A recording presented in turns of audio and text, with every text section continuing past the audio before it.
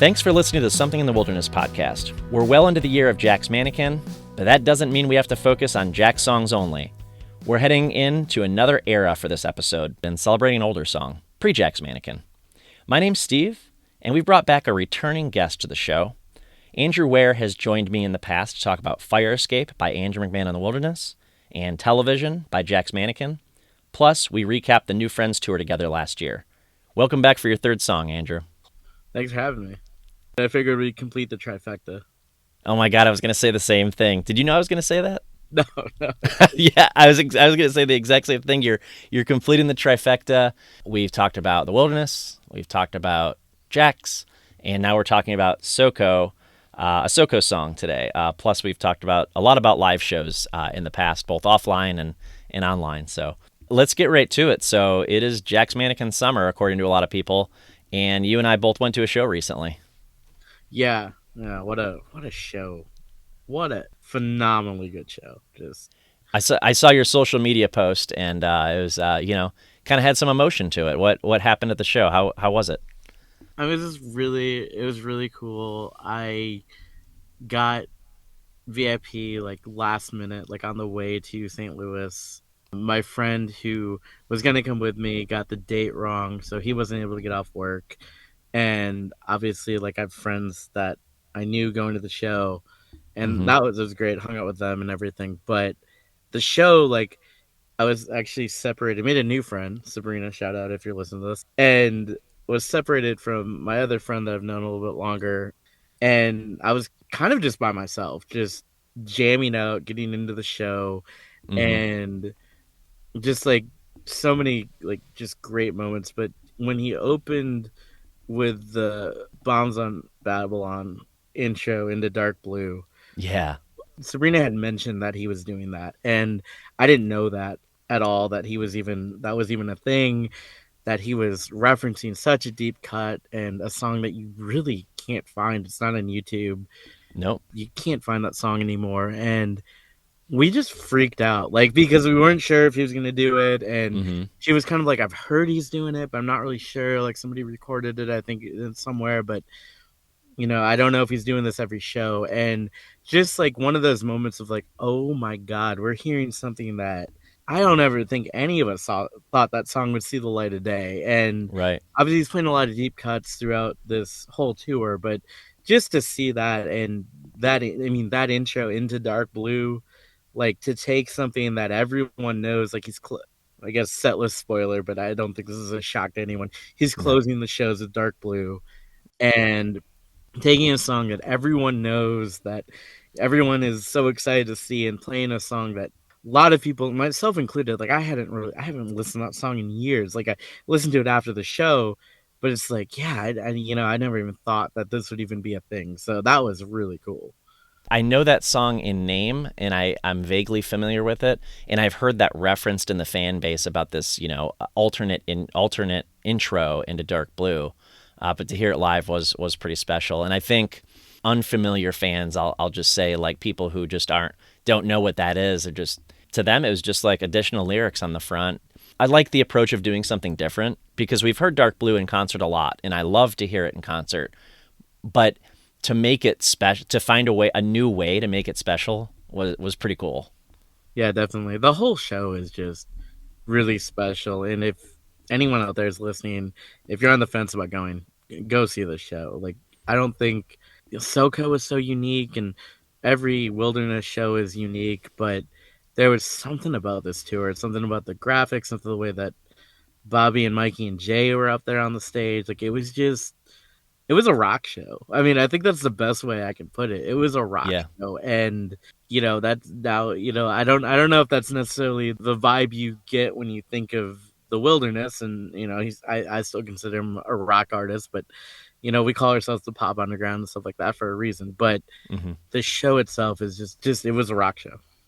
I know you and I had slightly different angles of the show. You were right up front on Barricade, and then you even did the VIP experience. What was it like to kind of get that front and center, that very personal experience with the show? It was really cool. I've never been front and center Barricade. I was the first one there. I posted a video on my story of like, oh, the line's popping. It was on a Monday, so I didn't really think about that aspect of it. I thought I'd gotten there I got there like past 1 o'clock, and I do line up early, typically because Hmm. I'm doing VIP, and so it's like, well, what else am I gonna do except go get in line for the show? So I got, I mean, it's about a 5 hour drive from Memphis. I got there pretty early, but I thought, oh, there'll be people in line. I show up, nobody's there. So like this is crazy. VIP got in early, so I ended up being front and center. So that's something I've never had before. Even all my times on the barricade, like I'm always off to the side or whatever. And then yeah, it was really cool. Andrew kept making eye contact with me. And then when he came down into the crowd one time, like he grabbed my hand and had me pull him into the crowd and stuff. So that Hmm. was really, really neat. That's awesome. I was able to have an experience on the barricade last fall, and it is it's a different experience. I don't always get that spot, go for that spot, but it's a unique experience compared to what I'm used to. It's pretty cool. I actually saw one of the pictures you posted was like a professional photo of the barricade with you on it. That's got to be pretty special as like a souvenir that you didn't expect, huh? Yeah, that was super special. I've never had that. Obviously seen fans post that happening to them. I've had Hmm. cameras at multiple shows in my face taking pictures or taking pictures of the crowd. Obviously I don't know where they're focused, but what looked to be pictures of me, a lot of times I find you can't find them. I remember in Pontiac, the show we were at, there Uh were a huh. couple times that somebody took a picture of my wife and I, and it's like I don't know what happened Whatever to that happened to it? photo. Yeah. Like people are like, well, it's on the Pontiac, like it was on the Pontiac's website, but you go to the Pontiac's website, there's nothing there. A lot of times I'll go check the venue's websites, and I Uh think huh. it's just like they document these shows obviously for probably the bands or whoever, and sometimes it just some photographer's Instagram page that may or may not post it or whatever. So Right. Lisa from AM Chalk linked me in, like sent me the post, and I was like, oh my gosh. So I actually purchased the digital copy, and Oh, I'm nice. going to eventually purchase like the an 8x10 print of it because I it's never happened before. I don't know if it's gonna happen again. I thought it was really cool. So that happened to me at something corporate in Detroit last year. I think it was the venue. I think it was the Fillmore in Detroit that posted, and it may have even been Lisa. Funny enough, somebody like sent it to me or tagged me or like showed it to me, and I was like, "Oh my gosh, that's amazing!" Like me and the people I was with, like rocking out. Didn't even know our picture was being taken, and it's like this is perfect. What a souvenir. So I get it. So I saw yours, and I thought of that, and I was like, that's a really cool moment to capture. Someone captured. Yeah, for sure. Well, today we're here to talk about a something corporate song, I guess ironically, but again, like I said in the opening, it's there's always room to kind of talk about the other eras, even when we feel like we're in the middle of Jack's summer. I know a lot of people are excited about Red Rocks coming up, and I don't know. There's a pretty good chance the song we're talking about today is probably going to be played there for the people who are going. I'm watching the live stream. I can't wait. The song we're talking about today is the album opener on the first, I guess, official full length Andrew McMahon album that I ever heard because I didn't hear Ready Break. Some people consider that official. I don't know. Is Ready Break an official album? I mean, I sort of, I guess, kind of, maybe. sort of, technically, but Yeah, no, you can't find it anywhere, and it was through Coach yeah. House Records that has like less than 10 releases to their name. So I don't know. Do you count it? I guess you can. So when I heard the song we're talking about today, I actually illegally downloaded it, like all of the Leaving Through the Window tracks and anything I could find by SoCo Same. that was coming, that was prior to that, right? Back when I was listening to this album, back when I was listening to those MP3s, I didn't even know the name Andrew McMahon. I didn't know that until the Jack's Mannequin era. I just knew them as something corporate. Again, I assume I originally heard this as an MP3, but somehow I've always thought about this song that we're about to talk about as track one. It felt like the opener. I hear it as the opener. It's always seemed like the opener to me. The song we're talking about today is I Want to Save You, which Andrew sounds really weird to say. Do you call this I Want to Save You or I Want to Save You?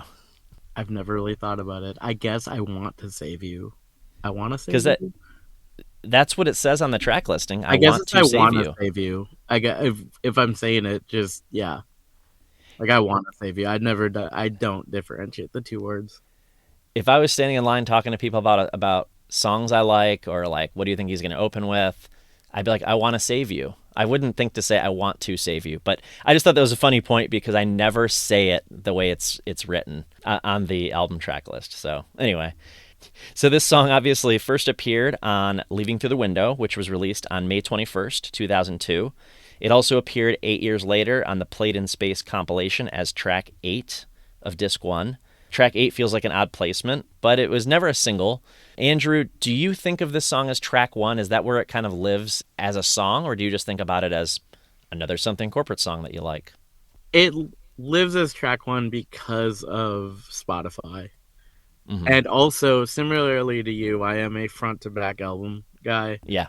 I do skip songs every now and again, but typically, if I'm gonna turn on Leaving Through the Window, like I start at track 1 and go to track 12. Like I don't really, there's some songs on the that aren't my favorite songs, but I'm gonna listen to them through, Yep. and I'm really gonna dig like the way that artists decide to mix their songs, or also too something that somebody pointed out to me as a vinyl collector is where artists choose to cut the vinyl to have you flip it Yeah.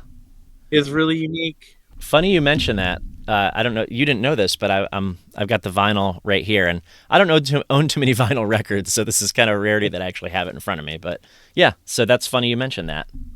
Nice. Yeah, I have the old one and the new one. For Mm-hmm. very lucky. So So side A begins with "I Want to Save You." Side B begins with "The Astronaut." It's interesting. I never. Maybe I talked about that on the astronaut episode. And I don't remember, but that seems like an odd opener, I guess, for a side. But and then side C opens with "Good News." Let's talk about opening tracks in general. So like, without getting too much into the weeds about the actual song quite yet, is this a good opener? so it's a good opener. It's a great song. It's probably in my top tier of Something Corporate songs. Andrew songs in general, probably like Mm-hmm. top 20. It's Yeah. up there, right? Okay. Yeah, that's pretty good. I think he's got 160, 170 songs. That's pretty good if it's top 20. But I don't feel like this, even though I'm contradicting what Josh said on your podcast, so forgive me. I don't necessarily think this should be the opener to the album. I think it would make more sense for this song to go before the astronaut. Wow. Okay. So I want to save you into the astronaut into Kavanaugh Park. So later in the album. Yes.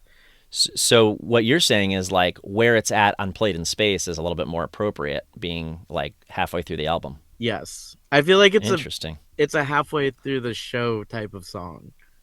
It's high energy, don't get me wrong, but it doesn't start out that way. Whereas like Punk Rock Princess, the second track on Leaving, is very, very high energy, very in your face. As well as Punk Rock Princess goes into fall, I believe. Maybe not fall. Punk Rock Princess goes to "I Woke Up in a I woke up Car." in a car. Yeah. Kavanaugh Park goes into fall. That's right. I guess in my mind, maybe I would just move Punk Rock Princess first and the second. Really? Yeah, Okay. yeah, I know this is like real controversial. I know. It is controversial. That's what I was gonna say. Is controversial. It's a hot take because I feel the opposite. I think this is the opener, and I'm gonna jump ahead for a second. I feel like this should have been the opener at the shows. I guess I agree with Josh. This should have been the opener at the shows. This is the opener for "Leaving Through the Window," and I believe like how much I love the song aside, I think this may be the best opener of an album that Andrew has, if that makes sense. Like, not that I think it's my favorite song. I like it, but I think it might be the best opener. Like, there's other track ones I like better, but I think this is the best opener. Does that make sense? Yeah, I no, don't know. yeah, that Okay. makes sense. Makes sense. Yeah. So, Andrew, I'm going to rattle them off real quick. I'm going to rattle off all of the. We're going to include Ready Break in the mix on this list. So, Straw Dog opened Ready Break, and then we have "I Want to Save You," "As You Sleep," "Holiday from Real," "Crashin'," "My Racing Thoughts," "Canyon Moon," "Brooklyn, You're Killing Me," if we leave off the intro on Zombies, "Teenage Rock Stars," and "Lying on the Hood of Your Car." So, like, as opening tracks, I feel like that one's up there. Are there ones that you like better as openers out of the ones that Andrew picked for his albums? It's definitely up there. Don't get me wrong. It's a really good opener. I'm not walking back what I said, but where it's at, it's Mm-hmm. a very it, also and we might get into this when we get into lyrics. The fact that he drops Newfound Glory's name in it is kind Mm-hmm. of like it makes me think of Taylor Swift's first single being Tim McGraw. Like Mm-hmm. it's Okay. a logical thing to drop a name of a band that's more well known than you are. I guess I didn't think about it that way. Yeah, like kind of captures the attention of the a different fan base, maybe. Yeah, Never would have. I'd never really put it in that perspective. That's really cool that you said that. yeah, and it's Huh? pretty early on too. So It is. It's I think if you're a pop punk fan and you're listening to this album for the first time, and maybe you're back in the day at the CD store where you get like 30 seconds of the song, you're like, oh, Newfound Glory. Because at that point, maybe you're not making the association that it's also a drive-through band. It's kind of like, oh, maybe I'll buy this whole album and see what it's like. So yeah. yeah, but going back to your question, I love Crashin'. I love Holiday from Real, and I love As You Sleep. As Hmm. You Sleep probably being my favorite of the Holiday from Reals up there. But As You Sleep is just, oh god, I love the way that starts off north. Yeah. That piano part, so good. That's the irony in what I'm saying is that I like "As You Sleep" better as a song, but I like "I Want to Save You" better as an opener. I don't know if that can make sense or not, but it makes sense to me. Yeah, I can see that. I can see that. It's a phenomenally good opener. Like I said, don't necessarily think it should be the opener, but it where it's at, and because it is an opener, there are things about it that are undeniably make it a great opening track. Yeah, and we'll definitely get into more about Newfound Glory in when we talk lyrics and songwriting. So let's talk a little bit about the production. So in a Music Frisk interview from early 2003, Dave Delka asked Andrew what the title of the Leaving Through the Window album meant. So Andrew answered, "It came off a few-hour conversation the band had trying to name the record really close to the release of the record. The recurring theme throughout the record kind of came from a lyric in I Want to Save You, so she could leave without being detected or whatever. We kind of liked the sound of that and weren't sure we wanted to represent that theme, that rebellion in a sense, but things that a lot of us do when we're younger and trying to find our own way. That was something Josh said. He just spit out, leaving through the window. And it seemed right when we heard it the first time. So, any thoughts on that? Yeah, I thought that was really cool. I read that when you sent me that outline. I was like, I never knew that. It's a really cool story. I love it. I love that that became the name of the album. That Josh just kind of said it in conversation when they were talking about they didn't know what to name their album, which is such like I think like such a common problem with bands. And the fact that they just like off the cuff, Josh was like leaving through the window. That's perfect. Like, Yeah, yeah, those stories are really fun for me to read and hear about because that's what I like to imagine. I like to imagine the band members casually sitting around, hanging out as friends and being like, what should we call it? I don't know. And like someone just says, I don't know, leaving through the window. And they're like, sure. Or however it played out. I don't really know anything more than what the quote says. But yeah, I hadn't read that before this past week when I found that quote. I thought it was really cool. Again, just kind of imagining the guys sitting around coming up with that. And I guess I always knew the tie-in from the album cover to the name of the album to the theme of this song. I guess I always realized that, but it was kind of cool to see it connected, a quote from Andrew connecting the dots specifically. yeah. I definitely when I read it, I was like, oh, of course. But I don't necessarily know that I've really thought about it in that way. I think like you, I've definitely see the connection. I've definitely thought about the connection, but I don't think I've necessarily had the dots connected like that. Just funny aside, my daughters are watching in order Saved by the Bell episodes. So we started with season one and we're into, I guess technically now it's season two, the freshman year. And what was it with shows in like the 80s and 90s with kids like coming in and out of windows? Like, that's not really a thing, right? In real life, like, does anybody in the real world like come in and out of their window? So I, that's what I thought when I was like thinking about this episode, like making some notes. I was like, yeah, I guess I've seen a lot of that lately because they're always coming in and out of each other's windows.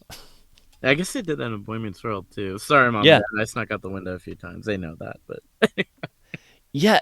My house wasn't really set up for that. Like, I was on the first floor, but it would have been really awkward. I guess I could have. I guess it would have been easy to do so.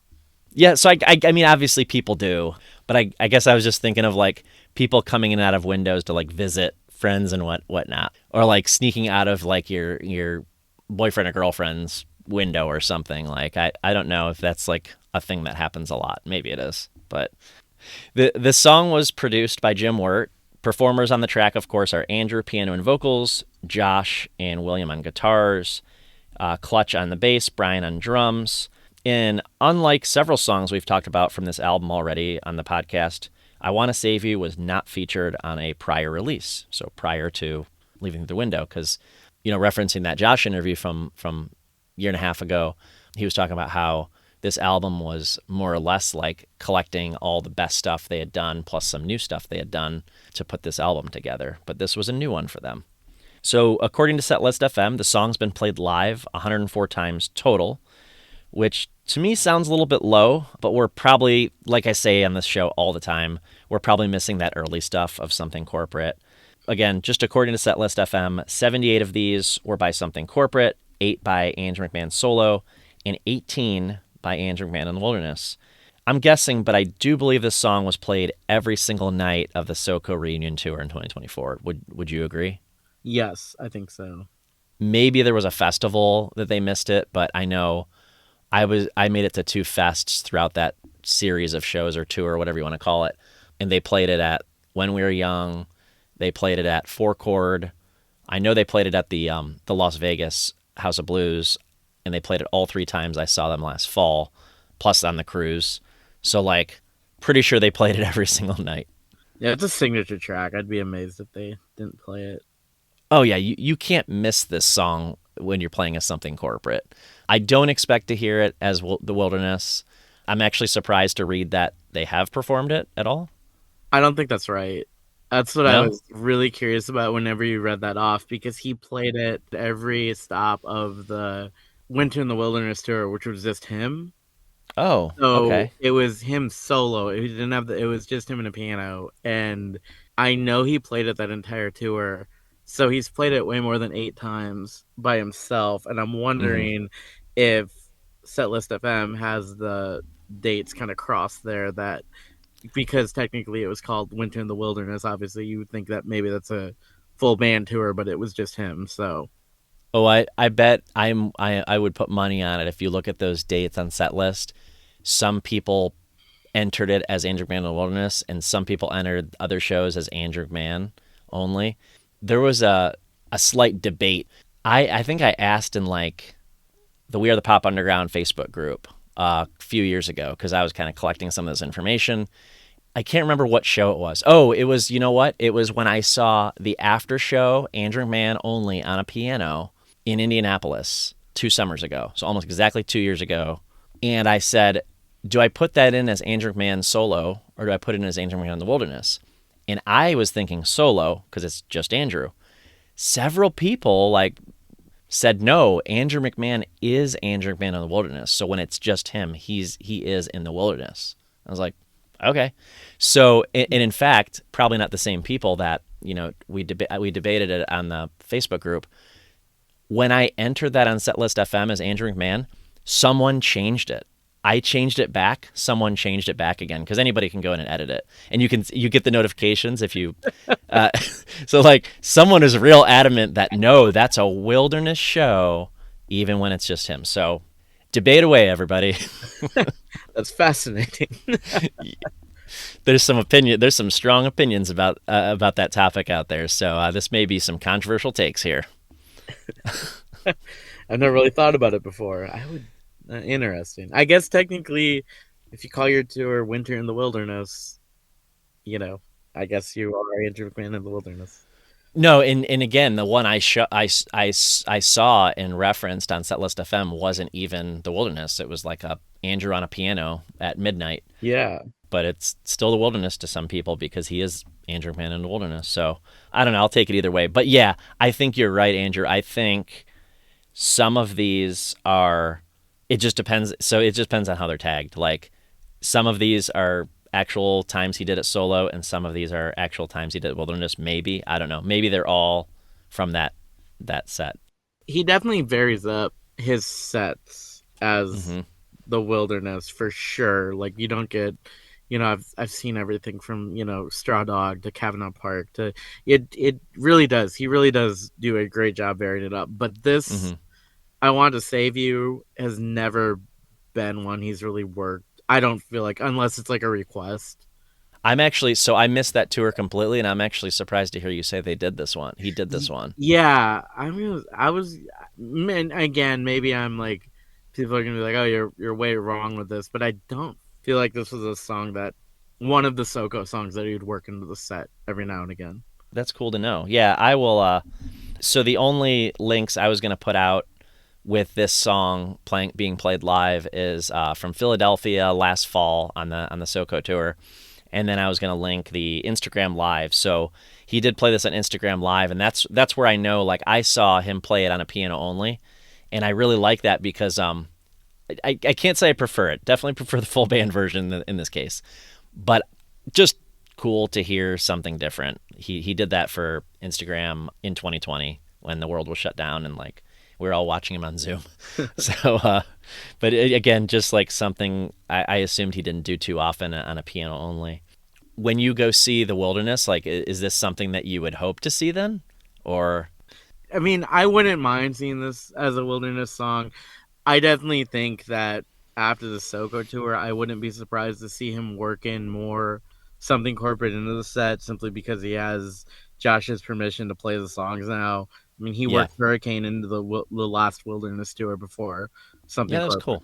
I definitely think I could see him doing that, but I'd rather see like Fall worked into the set. I wanted him to play Fall for like forever. So when he played that with Soko, I was like, oh man, that was Oh, amazing. That I was went nuts, yeah. nuts. Like, Yes. it's one of my favorite songs. Yes. So I'd rather see stuff like that. I wouldn't mind again, I wouldn't mind seeing this, but there's definitely some songs over it I'd rather see.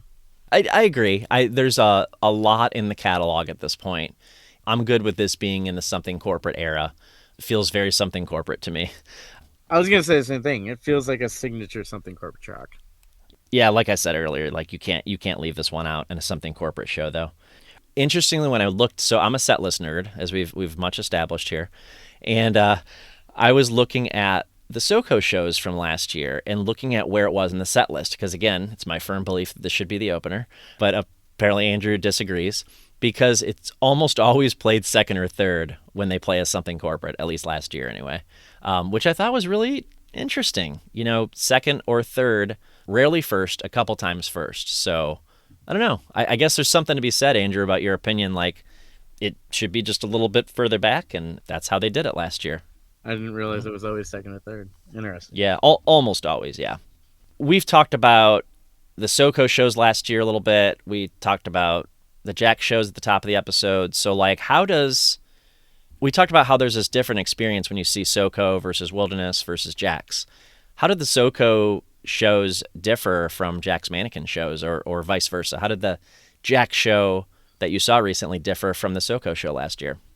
It was more technical. Everything was tighter. He didn't have Zach, so he Mm-hmm. didn't have the freedom to improv as much. Mm-hmm. As you know, with the Wilderness and with Soko, he runs around. He's commonly off the piano, and he still did that. But Yeah. he's talked about this as well, how much they rehearsed going into this run of shows. And obviously, he rehearses all the time for every tour he ever does. But Mm-hmm. he talked about getting this show really tight. And it's Mm-hmm. was really cool to see. I almost wonder if the reason that, like, other than Zach probably having stuff where he couldn't go on tour, but like I wonder if one of the reasons he chose to do the original lineup, I think he wanted to do a more technical, more produced show.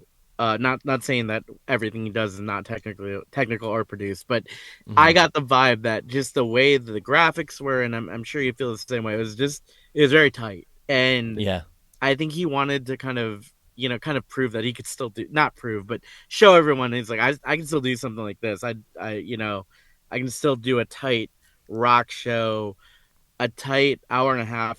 Yeah, I just kind of I got the vibe that like they're having a blast with it, and it's not that it's not fun and everything like that, but almost that Andrew wanted to do kind of more of his artistic side wanted to come out. He was like, let me put together something that's not as free.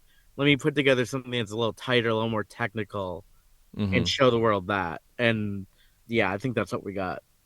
I wonder if that was what Andrew perceives to be representative of the Jack's touring era. I don't know because I couldn't put my finger on it honestly. So I was glad to ask you that question because I couldn't put my finger on it. What is different? But I mean, obviously there's different people on stage from last year. I mean, let's get that out of the way. But like, yeah, it just felt different, and we know that the guys that played as Jack's Mannequin with him this summer and will in the fall, and they're the guys that play in the Wilderness with him. But it felt different from a Wilderness show, and I couldn't quite put my finger on it. So I was glad to hear a great answer on that because I could not pinpoint it. Something about the Wilderness, going back to the New Friends tour, you had a moment where Andrew was on stage playing the piano, and you had Bobby and Mikey in the tent doing shadow puppets, kind of joking Oh yeah, around, and it was yeah, hilarious. And this time, Bobby and Mikey were all business. Like they that's were true. still having a blast, but I don't feel like during the Jack's Mannequin set, even if they had an opportunity to do something like that, they wouldn't have done something like that. It wouldn't have fit. It wouldn't have been Yeah, fitting. yeah, it wouldn't have Okay. been fitting to the to what it was very much. And another thing too, I think that made it different is Andrew obviously leads all as the lead singer, leads all the production and all that stuff, but this one felt in a different way led by, whereas if Andrew does it, it's okay. Hmm. Oh, another thing too, Andrew didn't talk as much this time. He talked some, but Oh, I felt like he talked. I felt like he talked a lot in Pittsburgh. okay. I was kind of surprised, like how much he talked in Pittsburgh. Interesting. I'll be honest. I don't know if I would have said that same thing unless I had listened back to the recording through that app, the bootleg app. I bought that. I paid $10 for the recording, and to listen back to that, I was like, oh wow, he told a lot of stories that I didn't necessarily remember because I was so excited to listen to the music that I was just kind of anticipating the next song. And so it's kind of cool to go back and listen to it now. Have you heard any of the recordings back? I haven't listened to mine yet. I need to. So, I mean, obviously, I like reliving live experiences. There's no way around that. But it was also cool to hear the stories, and I was like, oh, I didn't really fully take that in when I was at the show because it was like, again, I was so much anticipating the next song. Well, let's talk about songwriting here. So the song was written right after they signed with Drive Through Records. I think before he lived with Jordan from Newfound Glory is what I read. But he has mentioned in interviews and such that he looked up to Newfound Glory because they were the popular band at Drive Through at the time. Obviously, they had 2 albums under their belt, and then Something Corporate had toured the world with Newfound Glory. So he wrote this song a little self-referentially, just like that he's inspired by Newfound Glory songs, and we'll definitely talk about that line in the lyrics portion. But Andrew, are you a Newfound Glory fan? I'm gonna assume you are. yes, I'm a huge Newfound Glory fan. Love them. I was pretty sure. I just couldn't remember if you and I have ever actually talked about that band, but I assumed, it's the same world, right? I was a Newfound Glory fan, and maybe you were too, like before Something Corporate, because like obviously again they had 2 albums under their belt, and it's not like I was on the cutting edge of like brand new pop punk music or anything, but I did have those albums burned again, like sorry Newfound Glory from MP3s. But I looked it up, and this was interesting to me. So Sticks and Stones came out 3 weeks after Leaving Through the Window. And the reason that's interesting to me personally is because I listened to the heck out of that album all summer, Sticks and Stones. Like that was my summer jam that year.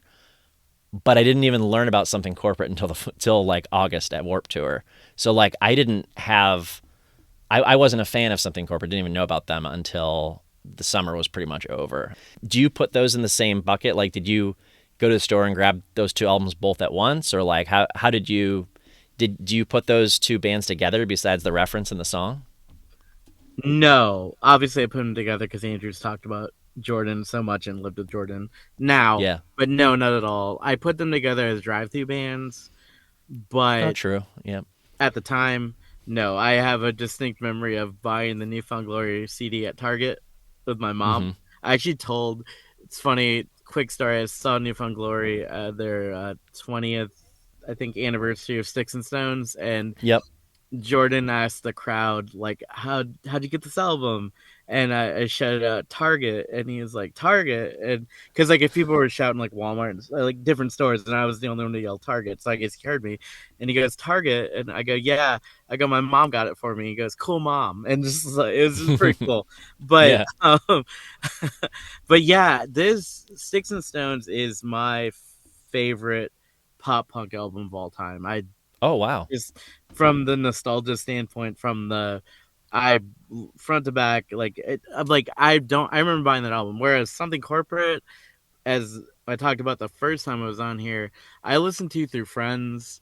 I definitely heard a lot of their songs, but it wasn't Mm-hmm. until I got my iPod with my MacBook when I was going to college where I started downloading everything off LimeWire. And so Yeah. that's where I really got into Something Corporate. And that was much, I mean, I graduated in 2007. So that was pretty late in the game to even get into. I definitely knew who they were, definitely had burned CDs with songs of theirs on it. But Mm-hmm. I was much more a Jax fan and went back to Something Corporate. Gotcha. And so I do not put these albums together at all. Even though it's just that summer, it's so funny. I don't put them together at all either. I was it was like Leaving Through the Window was like the fall, and then but Sticks and Stones was very distinctly that summer for me. I remember it was a summer in between college years, and like it was in my car permanently. That this Sticks and Stones album. I love it too. I would say it's a top tier pop punk album for me. There were so many good albums that came out that year. Let me see. So Good Charlotte, Young and the Hopeless, right? Obviously the two we've already mentioned. I think Simple Plan, their first album. I feel like I'm missing a big one, but it just seemed like that was like the boom, at least for like the radio. Like I just remember all those songs being on the radio that summer. It's hard to remember back then. That was 23 years ago. Maybe I was hearing Something Corporate on the radio, but I just don't feel like they were getting the radio airplay. Like I really don't think I knew who they were until Warped Tour. Tell Your Friends by Taking Back Sunday. Tell your friends. Okay. Also, Say It Like You Mean It by The Starting Line. I would have remembered Say It Like You Mean It. I wasn't big on Taking Back Sunday. Like I think I heard the name back then, but I didn't follow them. Found out who they were and what they were about much later in the game. But wow, again, now that I know that album though, I feel like that's like such a different era to me. But I think again, it's all in perception and when I experienced it. So it seems weird that that came out at the same time as those other ones. I mean, yeah, I guess I was listening to it. I have a lot of memories around that Taking Back Sunday album in high Yeah, school, and the Starting Line album, but I don't necessarily group them together, even though they all came out the same year. I always put Sticks and Stones and the Simple Plan album and the Young and the Hopeless together. I feel like those were, and I may be mistaken, I may be misspeaking, but like I think those were they all had a hit that summer or something. It felt like anyway. Well, in regard to the songwriting of this song, so I get a slight sense of rebelliousness, and I think Andrew referenced it in the quote I read earlier. He's using the girl sneaking out of the house as a symbol to represent the types of things he and his friends would do when they were young, which sounds like you had a little of experience with too. But not that I didn't, by the way. I don't remember specifically sneaking out the window, but I did other things that I shouldn't have been doing as a kid. Anyway, mainly though, I hear a story about a vulnerable girl who maybe isn't getting the love and attention that he feels that she deserves. Definitely dig into more of that in the lyrics. But first, let's talk about the sound a little bit. Again, 2002, big year for pop punk. I feel like it fits with that sound of 2002. What do you think? Very much so. Something I noticed today when I went back and listened to the album that I don't necessarily think I've noticed before is Andrew, and this is probably a production decision, and just the fact that he's from California. Andrew has more of a pop punk whine at times in Leaving Through the Window than he does in any other album after. I don't, maybe I haven't really noticed it in North as much, but today I was like, especially on this song, like Mm-hmm. there's a few times it's like, oh, he doesn't sound like, I'm not gonna say it sounds like Tom from Blink or Jordan from Newfound, but and there was definitely more of that pop punk whine that made me think Mm-hmm. this really fits into the early aughts pop punk scene. Like this album, you can see some of the decisions that they made to probably keep certain vocals at places or whatever. Yeah, I definitely got the feeling that's like Leaving Through the Window really falls into the category, probably more so that now listening to it with a technical ear to come sit down and record, just in the sense of it's a little chaotic at times, Hmm. and it's very much a first album from a pop punk band. That makes I sense. agree. I think it's representative of the band, representative of pop punk, representative of the year in pop punk. This song is a very good representation of that. It very much feels like a build into a very pop punk chorus. I agree with the vocals, the vocal choices that you're referencing. And in the chorus, it's evident, that's again, the chorus is a good example of that, the way he sings. That was kind of fitting in with that sound, so to speak, back then. So I like that you said production decisions. I was going to go to the same place. I feel like there were some production decisions that kind of steered it in that direction. And but I mean that's what was in at the time. That's what they were hearing. That's what their friends were making. That's what they were into. So it makes perfect sense that these guys were like, I want to sound like that. Yeah, I want my album to sound like that. Like I hear musicians say that on podcasts all the time. It's like I heard my favorite album by my favorite band, and I was like, how do I make my album sound like that? So it makes perfect sense that they were in that headspace. So what I like about the beginning of the song, what I like about the opening, and I feel like that's why I like this as an opener so much, is not only the build, but I can hear all of the, and again, production decision. I can hear all five instruments. I can hear all five instruments very clearly, distinctly from each other in the opening and in the first verse. And I really like that. Like, I rarely can say that about a song that I'm listening to. I hear the piano, I hear the bass, I hear both guitars differently. They're both different, doing different things. And the drums, of course, are very distinct. They always are. But I really like that about the opening here. What I also want to bring up is like there's these atmospheric keyboards that come in later, and I think there's strings in this song. What do you think? I agree. I was listening today. I felt like I really heard it in the build up to the last chorus. Yeah, yep. Like I That's where heard, yeah. I don't know that I really noticed that before recently because I've never listened, like all these songs that I talk about on the show, I don't usually listen with a more technical ear until I come to the show to talk about that particular song. And I didn't realize there were strings on a lot of the songs on Leaving Through the Window. I still don't know. But if you look in the liner notes, so that's why I brought the vinyl with me, is like I was looking and it does say, and you can find this on Wikipedia too or in the liner notes here, but it says strings arranged and conducted by Paul Buckmaster. I knew that. I'd heard that name before. I've mentioned that name here. And then orchestra manager Suzy Katayama. And I actually used to think that that was specific to a couple songs, but it's listed in the general notes for the entire album. So I know we talked about this on the astronaut episode with Ariel a couple of months ago, and I know we talked about that there were strings on that, but I guess I was thinking there were strings on specific songs, but not all of them. But it leads me to believe maybe there's strings in other places on this album that I didn't even realize.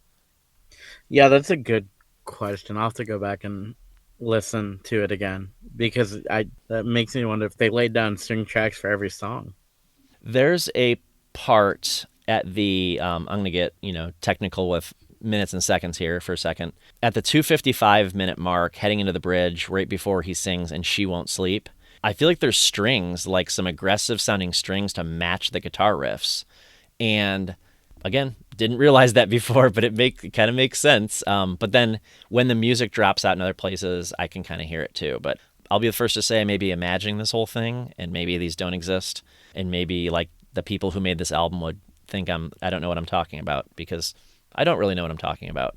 But um, I just like trying to figure these things out because I like to nerd out about it. So you ready to talk lyrics? Yeah. Awesome. Any thoughts you have in general about the lyrics before we get into the specific lines? Yes. I wonder, not in a bad way, but I wonder if you could write the song today. It feels very high school boy saving a girl perspective from Andrew. And again, nothing bad against Andrew. And he's painting himself as a very good person, and I believe that he is, and everyone has a past, but Hmm. we've heard some of the stories from his own mouth. But in the regards of the idea of a man coming to save a woman, it's not something now that I think. If Andrew, I'll say it this way: if Andrew wrote the song today, I think it would be completely different in the way that he would phrase a lot of it. I think so too, and I'm gonna completely agree with you on this, Andrew. I get the sense that like it was written by a young guy that felt like he knew what was better for a girl than she knew herself. Yes. I think there's women that would cringe at that idea, mentality. But I'm also going to self disclose and say that when I was in high school, when I was in college, I remember feeling similarly. And again, I'm being very open right now and probably making some people cringe, but like I remember like thinking, well, I know what's better for her than she knows what's for herself. And that's like, but I had to, get past that. I think we tread more delicately these days. My feelings, I think Andrew's lyrics were maybe reflective of the culture at the time. That idea, that mentality was represented in movies frequently. So if you look back at those like teen comedies and things like that, you had those similar themes, right? There's this guy pining. I think there was actually a movie called Loser, which, Jason Biggs and then Mena Suvari, I think is her name. And like he was like pining. And it was actually, that idea was made fun of in Not Another Teen Movie, like where you have got this guy that's like the good friend just pining for the girl and like, oh, she's dating these guys that are bad for her, but I'm the good guy and I'm better for her and that sort of thing. So I think it was like ingrained in the media at the time. And I'm willing to bet if you looked up the date of that movie, I'm not saying this song has anything to do with that movie, by the way, but I bet it was like right around the same time within like a year or two.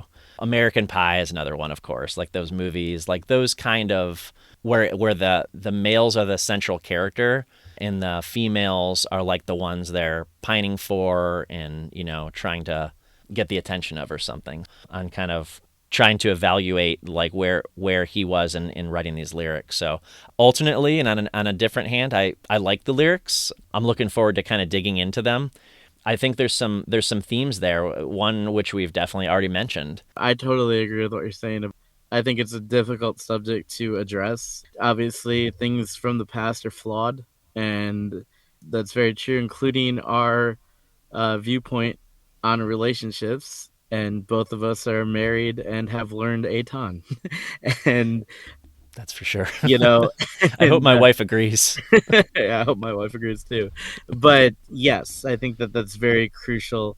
And I would say Andrew, being married, also would agree with that statement. But you are right. I was actually thinking of the lyrics from a Taking Back Sunday song. Those words at best were worse than teenage poetry, fragment ideas, and too many pronouns.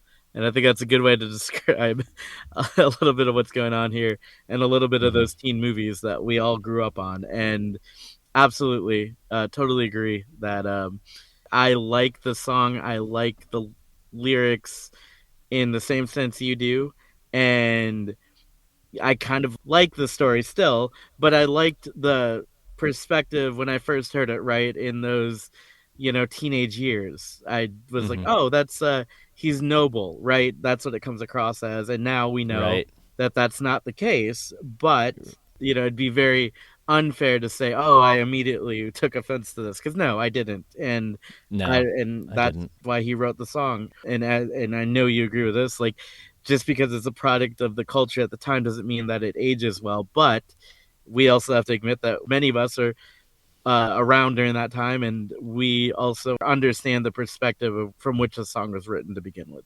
And it is kind of neat. I've referenced this before too, as a side note, but like I think we're slightly similar ages to Andrew. I'm a similar age to Andrew, so it's interesting to think about where he was at the age of like say probably about 21, maybe 20, writing this song. And I was like, yeah, I remember a little bit about what it felt like to be 20. Absolutely. And again, and it's poetry. It's like putting your feelings down on paper. It's vulnerable, that's for sure. Yes. I didn't realize though that, and you may have a different opinion. So, in my opinion, the entire lyrics of the song take place in a night and in a day. In the first verse, she was with her boyfriend at night, I think, but she leaves his place in the middle of the night. In the second verse, she wakes up at home in the morning, goes to work, then her shift ends. He never visited her at work, and now she won't sleep at all. And so I feel like it's a night and a day. And I never thought about it that way, but that's kind of the way I'm thinking about it now. No, I never really thought about that. You know, you're absolutely right. I'm looking at the lyrics right now, and I totally agree with what you're saying. And into the next night, and Yeah. that's all the fragment of this time that we have. I swear I never thought about that until I sat down and read these lyrics through, which I don't know, maybe that's a lost art. Maybe I need to do that more often with songs that I'm not even talking about on a podcast because I don't do that anymore. And I except for this for the show. And I used to do that. I used to sit down like I remember like, opening Weezer lyrics and like trying to figure out what the heck Rivers Cuomo is talking about, which is in my opinion usually a lot harder, but um and harder to read sometimes. I think it's cool, like that he kind of describes this night, middle of the night into the morning, and then, her going to work and then coming home. Standing on the edge of morning, son of sex and newfound glory, playing as she's pulling back her hair. She's I'll read the whole first stanza. She drives away. She's feeling worthless. Used again, but nothing's different. She'd stay the night, but knows he doesn't care. And I just think what an opening to a Hmm. to a debut album. And I mentioned before the name drop of Newfound Glory, Yeah, and I think that's again, this is the day and age where you'd listen to 30 seconds of a song and decide if you wanted to buy the entire album. And right. obviously, Newfound Glory is a fellow drive-through band. They're a band that Andrews, talks about looking up to, and eventually living with Jordan. And so, pretty cool to just kind of see that right at the beginning. And then I think anybody who would, if you would listen to this even now, you'd be like, oh man, like, what's this song about to talk about? You're right. It does kind of pull you in. I can kind of envision this woman like tying back her hair, the music playing vaguely in the background, and then, her, I don't know, leaving through the window or leaving through the front door, however she leaves this house. But it's obviously obvious, like according to the lyrics, that she wants to stay and doesn't really want to leave, but feels like she needs to. She wants to be told she's beautiful, and she wants to feel important, like all human beings. So I do understand why they thought that made a good album cover, album name. It's not a line pulled. Interestingly, the album name's not a line pulled right from the lyric. It's just a theme or an idea based on the theme of the song. Let's talk about the chorus here. There's two pieces. There's two primary lines, or the theme, obviously, of the whole thing. There's "I want to save you. I need you to save me too." Related, but two different things. What's interesting, the dichotomy of I need you to save me too. As somebody who wrote a lot of poetry in high school, I know something that was like a common theme. And I don't just remember these, I have my journals, and it's probably been a few years since I've read through them or anything, but all my poetry's there. But a lot of times, you think about him writing this as like a teenager, like an early, 20 something, the idea of like, I want to do this, but also I need you to do this. I need to be saved type thing. That theme I think is pretty common. I know it was for me, and I'm sure it is for a lot of people. And I find it interesting to hear Andrew kind of be like, I want to save you, but also I need to be saved too. I'm not who I want to be. And I feel like we could both make each other better. And I think that's what he's going for there. Yeah, yeah. The idea of feeling the need to save somebody. But yeah, I think that's the lyric that I identified with most in this song when I was younger, and maybe even nowadays, like you said, like it's kind of the feelings that some of us has, like I need to be saved. I need you to save me too. That's I don't know. I'll venture to say it's a common maybe theme in poetry and music lyrics. I can think of two songs off the top of my head right now that I love that kind of have that similar theme, at least of a line. It's a song by Welshly Arms, who I like. They're from Cleveland. And then it's a Linkin Park song off of the last album they did with Chester. In that song, he was singing "Nobody Can Save Me," which has always stuck with me based on what happened after that album came out. But I think that is a theme in a lot of songs. But I think that's the lyric that always stuck out to me. I need you to save me too. And so I think that's really what he's saying is like there's this woman that he's kind of falling for or very very interested in, and really there's something that he needs that he feels he's missing, and that maybe she can help him. There's a line in here I want to ask you about. I don't know what it means. This may be in the vein of what we've already discussed. It reads, "Dressed by dawn and out the door, no light she memorized the floor, so she could leave without being detected. She works till 3, it's uniform. She dreams that he'll come by the store. She prays for days when boys mean she's protected. And she wants someone to see her. She needs to hear she's beautiful."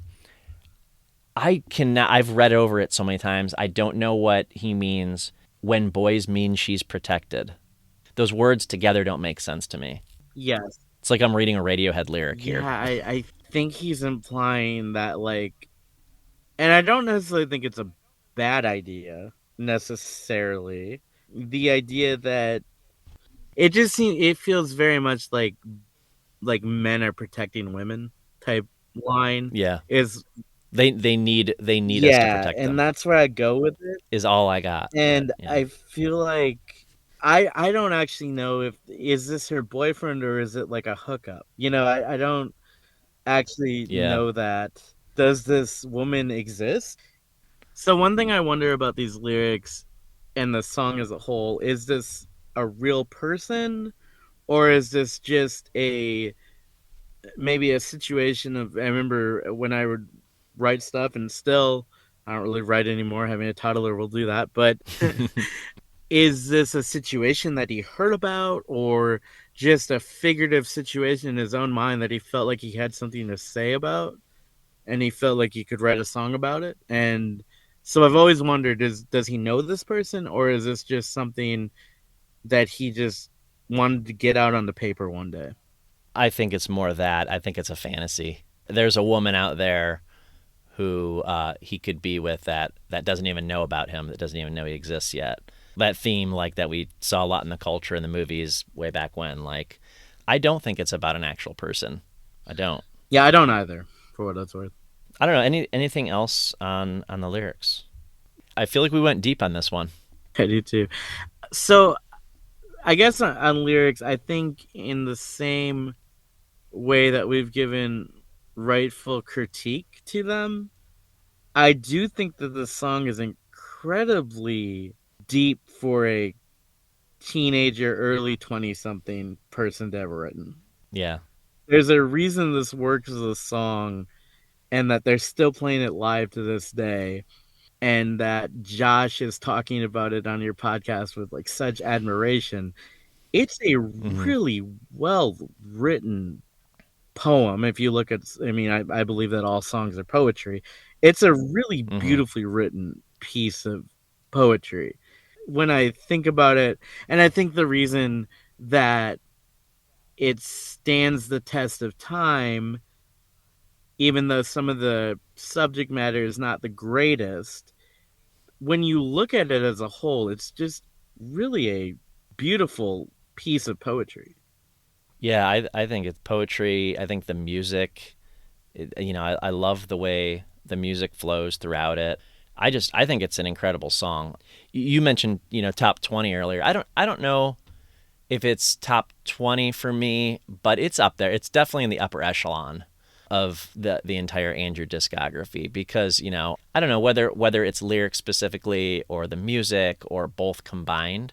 I really like this tune. It's, like I said, very representative of the era, very representative of SoCo, very representative, like not a typical pop punk song, but a pop punk song that I would like. And to be fair, the lyrics in pop punk were kind of this ilk at the time. No, definitely, and I feel like in the way that you even said that, you could see this song playing in the background of like the friend going to win the girl in the movie's heart, right? Yeah. This song could definitely Yep. be playing in that scene Yep. For in the sure. teen movie. So, do you have like a specific favorite part of the song? I really like the strings that you talked about. I'd never really thought about them as strings. I like the build up into the bridge, and she won't sleep at all. And I believe in that moment, like everything drops out and then comes back in. And I really like the way that the song at that point sounds in a lot of ways. We've touched on this already, but I feel like it's a very good representation of what pop punk sounded like at the time. And in that regard, I get that like metalheads on Warp Tour would throw things at them, but as a pop punk fan, I don't understand. I understand it, but I don't support it. Yeah, right, exactly. But as a pop I knew what you meant. But as a pop punk fan, I feel like this is totally pop punk. This whole Yeah. album is very. I don't feel like there's a lot of. Yeah, he's not playing the guitar as the lead singer, but this is a very like good representation of where pop punk was at in 2002. I feel like this is, no offense to Good Charlotte, but this is like more pop punk than Young and the Hopeless in my mind, at least. Hmm. I'm gonna go like for the real obvious answer here on my favorite part, but I'm gonna say it. I love shout singing the chorus lines. I love singing along to "I want to save you and I need you to save me too." I don't know if it's the melody of that line or the way he sings it or the lines that I don't know. I really love the way this chorus plays out, and it is definitely my favorite part of the song, and probably why it works for me so well in the live show. I'm curious because we haven't really covered this yet. Sometimes I ask this question in the beginning, but why this song? So I wanted to come back on and complete the trifecta, as we called it, Right. and I knew I wanted to do something corporate song. You presented a few really good options. You told me that you had the notes written for the astronauts, so I'd considered that one. And we were kind of in conversation for a long time about what song we were gonna do. It took a little bit, Hmm. and Ariel jumped on and did the astronaut before me, and which was totally fun. But that was the other one I was really considering. And Okay. then Caldecott Tunnel, even though I don't have like a distinct memory of that song or any deep emotional connection with that song, I just felt like that song could have been on Leaving Through the Window at some. I don't really know where. I never really thought about because we didn't go into it. But I was like Yeah. that song follows such a classic pop punk and SoCo build and melody and lyrically and everything. It just like it really sounds like a something corporate song. Like I Hmm. think if I was gonna show somebody like a B side of early something corporate, I'd be like, yeah, check this song out because this Hmm. really sound like this really captures their sound. So that was the other Yeah. option, but this one because it is one of their best known and one of my personal favorites, probably pretty high up there. If I was just gonna go to SoCo songs, this one's Hmm. really high up there. So that's why I picked it. Well, I want to thank everybody who continues to listen out there and engage about the podcast. I think you can tell I have so much fun with these, like digging into songs and just hanging out, chatting about music. I mean, I could do this all day, but we've had a real good talk. Thank you so much for coming on. I just want to thank you for being here, and it's always a lot of Yeah, fun. thanks for having me. Love it. Yeah, absolutely, anytime. Last note here: any cool shows coming up? You going to see any other shows this year? No, we have things in the works that are preventing me from going to more shows. I might go to a music festival here in Memphis that I will get free tickets to. And then I'm trying to talk my wife into going to see Alan Stone when he comes through here, but she's not really sold Okay. on that. So Oh yeah, I mean you got family, you got other priorities. Understandable. I completely hear that. All right, well, cool. Well, again, thanks so much, everyone listening. Be sure to subscribe, rate the podcast, and if you wanna, like Andrew, come on the show and talk about a song that you love, hit me up at somethinginthewilderness@gmail.com or on Instagram is probably the best way to find me. And again, Andrew, thanks for joining, and we'll definitely chat soon, as always. And this one goes out to everyone I know. As you know, some people interpret these lyrics differently, but I want to save you. I need you to save me too.